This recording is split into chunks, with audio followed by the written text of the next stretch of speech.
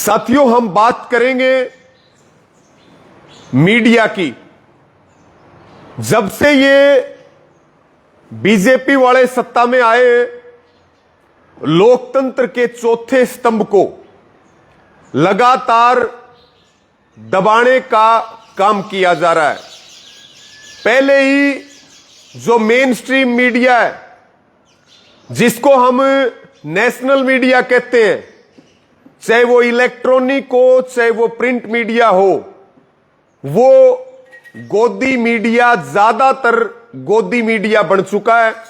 और लगभग बड़े पत्रकार चुनिंदा को छोड़ करके सरकार के लिए एजेंडे के अंतर्गत काम करते हैं।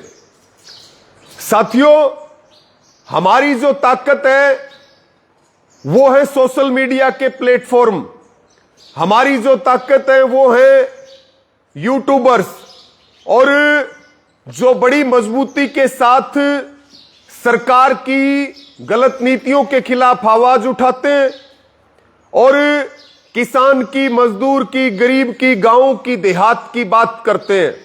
जैसा कि हमने कैप्शन में भी लिखा और आप सारे जानते भी हैं, हरियाणा न्यूज 24 के जो पत्रकार हैं, हमारे भाई हैं प्रिंस लांबा, और इनके फादर साहब को भी सब जानते हैं, मुन्ना लांबा जी को, जो हरियाणा न्यूज 24 चलाते हैं और पूरे हरियाणा में अलग अलग जगह जाकर के जनता से जुड़े हुए मुद्दों को उठाने का काम करते हैं, सब वर्गों के मुद्दों को उठाने का काम करते हैं।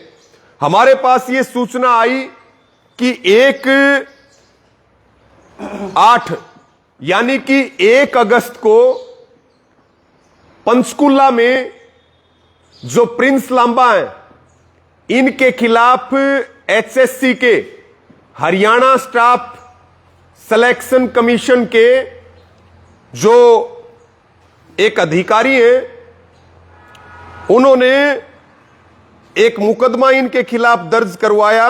भारतीय न्याय संहिता की धारा 335, 335 1B, और पंचकुला के सेक्टर 5 के थाने में यह मुकदमा दर्ज हुआ है। और यह नोटिस इनको भेजा गया है। और साथियों, किस लिए मुकदमा दर्ज हुआ है?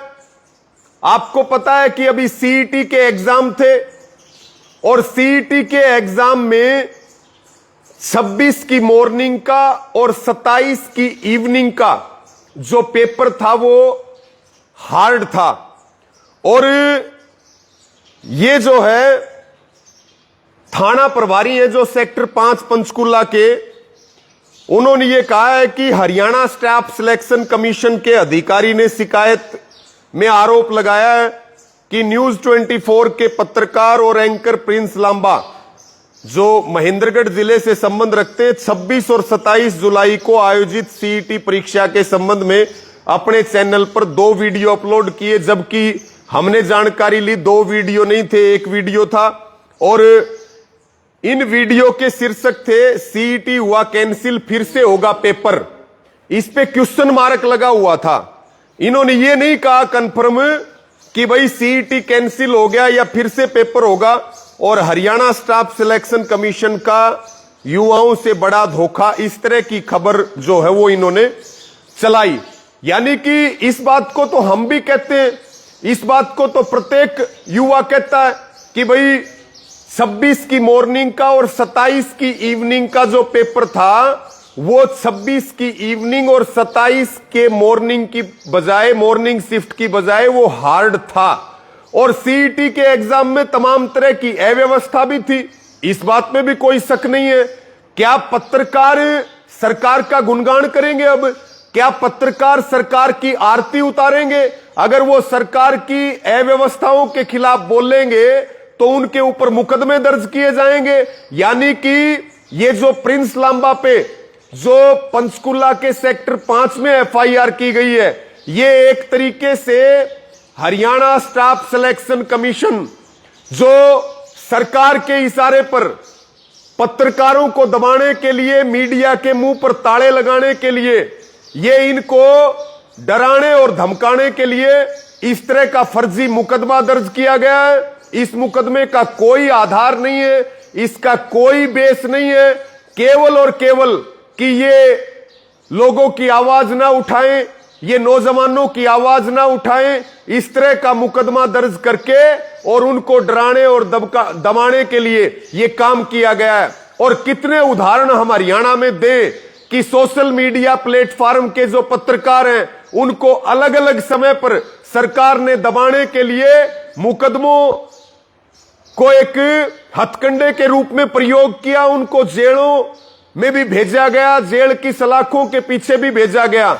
हम इस बारे में ये बात कहना चाहते हैं कि एक तो सरकार की ये जो पॉलिसी है इसको हम बर्दाश्त नहीं करेंगे, हम इसकी निंदा करते हैं। और इसके साथ में हम पत्रकार प्रिंस लांबा को ये कहना चाहते हैं, आपको कोई डरने की जरूरत नहीं है, हमारे नौजवान भाई है, आप इसी तरह से सबकी आवाज उठाइए, हम सब लोग आपके साथ में हैं।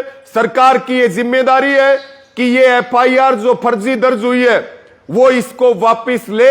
अगर इसमें किसी तरह की दादागिरी या दबाने का काम किया गया तो फिर किसान पीछे नहीं हटेगा, किसान भी अपनी भूमिका अदा करेगा। हम इस बात को स्पष्ट रूप से सरकार को कहना चाहते हैं कि अगर पत्रकार प्रिंस लांबा को दबाने की कोशिश की गई या मुकदमे के माध्यम से चुप करवाने की कोशिश की गई तो हम लोग शांत नहीं बैठेंगे।